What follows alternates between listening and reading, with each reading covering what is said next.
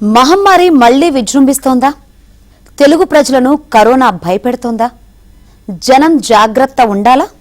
మళ్లీ మాస్కులు, శానిటైజర్లు అవసరమవుతాయా? కడప నుంచి సిక్కోలు దాకా పరిస్థితులు ఎలా ఉన్నాయి? మన వైద్య ఆరోగ్య శాఖ సంసిద్ధత ఎంతవరకు ఉంది? ఏబిఎన్ ఫోకస్ లో చూద్దాం.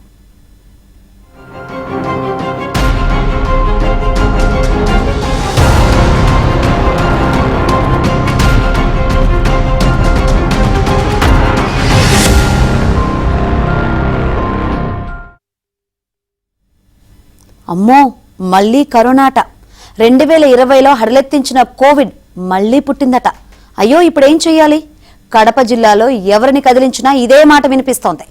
చాప కింద నీరులా కరోనా వ్యాపిస్తోందన్న అనుమానాలు కలుగుతున్నాయి. రాష్ట్ర వ్యాప్తంగా కూడా జనంలో భయాందోళనలు నెలకొన్నాయి. అన్ని జిల్లా సర్వజన ఆసుపత్రుల్లోనూ కోవిడ్ నియంత్రణకు ప్రత్యేక చర్యలు మొదలయ్యాయి.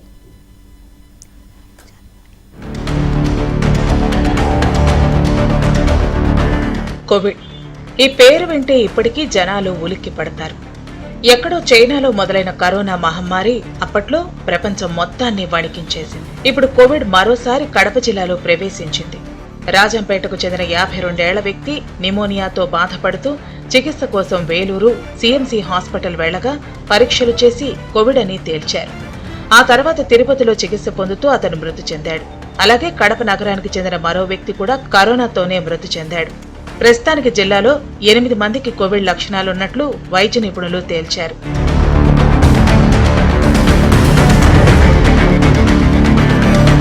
కడప జిల్లాలో కరోనా ప్రవేశించిందని తెలిసి ఏపీ ప్రభుత్వం జాగ్రత్త పడుతోంది. ఈ మేరకు రాష్ట్ర వ్యాప్తంగా అన్ని ప్రభుత్వ ఆసుపత్రులకు ఆదేశాలు జారీ చేసింది. కరోనాకు సంబంధించి ఐసీయూ వార్డులు, పీపీఈ, బీటీఎం కిట్లు, ఆక్సిజన్, పీఎస్ఏ ప్లాంట్లు, వెంటిలేటర్స్, పల్స్ ఆక్సిమీటర్లు, శానిటైజర్స్, ఇతర మందులు, అన్ని సౌకర్యాలను ముందస్తుగా సిద్ధం చేసుకోవాలని అధికారులకు, ఆయా హాస్పిటల్స్ కు వైద్యాధికారులకు ఆదేశాలు జారీ చేశారు. దీంతో కడపలో వైద్యాధికారులు అప్రమత్తమయ్యారు. కోవిడ్ ప్రోటోకాల్ ప్రకారము ఎవరైతే అఫెక్ట్ అయి ఉన్నారో వారి ఇంటి చుట్టూ పరిసరాల్లో 1% హైపోక్లోరైడ్ సొల్యూషన్ పిచికారీ చేశాము. అలాగే వారికి హెల్త్ ఎడ్యుకేషన్ అందించి మాస్కులు, శానిటైజరు, ఒకవేళ వాళ్ళకి సిమ్టమ్స్ ఏమైనా ఉంటే ట్యాబ్లెట్స్ కూడా అందించాము. అక్కడ బ్లీచింగ్ పౌడర్, చుట్టుపక్కల పరిశుభ్రతను పాటిస్తున్నాము. ప్రస్తుతము కేవలము హాస్పిటల్ అడ్మిషన్లో 2 కేసులు ఉన్నాయి. 4 కేసులు హోమ్ ఐసోలేషన్లో ఉన్నాయి. అన్నీ కూడా ఆరోగ్యకరంగానే ఉన్నారు. ఎటువంటి సిమ్టమ్స్ వారికి లేవు. ప్రికాషన్స్ ఎవరికైనా 5 రోజుల మించి దగ్గు, జ్వరము, గొంతు నొప్పి అటువంటి ఏమైనా ఇబ్బందులు ఉన్నట్లయితే వెంటనే దగ్గరలో ఉన్న హెల్త్ ఫెసిలిటీని సంప్రదించాలి.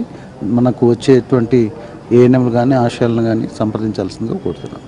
కడప జిల్లాకు తలమానికంగా ఉన్న కడప రిమ్స్ హాస్పిటల్లో కోవిడ్ ప్రత్యేక వార్డును సిద్ధం చేశారు. అక్కడ 15 పడకలు ఏర్పాటు చేశారు. జిల్లాలో కరోనా విస్తరిస్తే అత్యంత ప్రమాదకరంగా తయారవుతుందని భయపడుతున్నారు. వాస్తవానికి ఈ సీజన్లో వర్షాలు పడితే పారిశుద్ధ్యం సరిగా లేక జ్వరాలు, జలుబులు వస్తాయి. ప్రస్తుతం వర్షాలు రాకపోయినా జనం తీవ్ర దగ్గు, జలుబు, వైరల్ ఫీవర్తో బాధపడుతున్నారు. సాధారణంగా కోవిడ్ వచ్చినా దగ్గు, జలుబు, జ్వరం వచ్చి 4-5 రోజులకు తగ్గిపోతుంది. ఆస్తమా, ఇతర శ్వాసకోశ వ్యాధులు, గుండె జబ్బులు ఉన్నవారికి మాత్రం కోవిడ్ ముదిరిపోతుంది. కడపలో కోవిడ్ బయటపడటంతో వైద్య ఆరోగ్య శాఖ అప్రమత్తమైంది.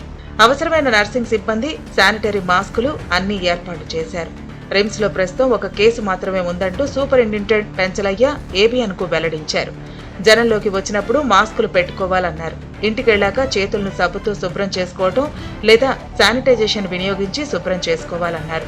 ఈ సీజనల్గా ఈ వాతావరణంలో వచ్చిన మార్పులను బట్టి నిమోనియా లాంటి సిమ్టమ్స్, దగ్గు, జలుబు లాంటి సిమ్టమ్స్తో వచ్చిన వాళ్ళకి కోవిడ్ టెస్ట్ చేయడం జరుగుతుంది.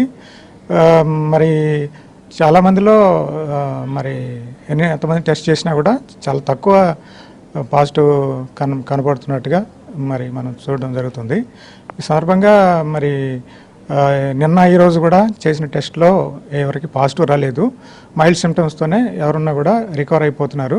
కాబట్టి మనం దీని గురించి అవసరం లేదు, ప్యానిక్ కానవసరం లేదు. ప్రమాదకరంగా అయితే ఎవరికైతే ముఖ్యంగా కోమార్బిడ్స్ అంటే షుగరు, బీపీ, కిడ్నీ, ఆల్కహాల్ ఇలాంటి కోమార్బిడ్స్ అలవాటు ఉన్న వాళ్ళకి మరి రిస్క్ ఉండే అవకాశం ఉంది. కాబట్టి అందరు జాగ్రత్త పడి పరీక్షలు చేయించుకోవాల్సిన అవసరం ఎంతైనా ఉంది. ప్రజెంట్ అయితే ఇప్పుడు మన కోవిడ్ ప్రిపరేషన్లో అన్ని రకాల ఏర్పాట్లు చేస్తున్నాము. ర్యాపిడ్ రెస్పాన్స్ టీమ్ అరేంజ్ చేయడం జరిగింది. అందరూ అలర్ట్గా ఉంటున్నాము. ప్రజెంట్ అయితే హాస్పిటల్లో మరి అంత భయపడే పరిస్థితి లేదు. ప్రభుత్వ పరంగా వైద్యారోగ్య శాఖకు అన్ని సౌకర్యాలు కల్పిస్తామని టీడీపీ అంటోంది. జనం జాగ్రత్తగా ఉండటమే సరైన మార్గమని చెబుతోంది. మళ్ళీ కడప జిల్లాలోనే కనపడడం చాలా దురదృష్టకరము. ఇప్పటికైనా చాలా జాగ్రత్త పడి మాస్క్ లేకుండా బయటికి రాకుండా, అదేవిధంగా అధికారులు కూడా అప్రమత్తం కావాల్సిన అవసరం ఎంతైనా ఉంది. మీరు ఏదోలే కరోనా ఉంటే కాదు. గతంలో మేము చూసాం, మా స్నేహితులు అయితే కొంతమంది చనిపోతే కనీసం చూడ్డానికి కూడా మేము పోలేకపోయినాం. ఎందుకంటే పోతే వస్తుందని చెప్పి ఒక పక్క ప్రచారం చేస్తుంటాం. అతి ప్రచారం లేకుండా దీన్ని ఏ విధంగా ఈ మహమ్మారిని ఏ విధంగా తరిమి కొట్టాలనే దానికి అధికారులు ఆలోచించాలి, ప్రభుత్వం కూడా ఆలోచించాలి.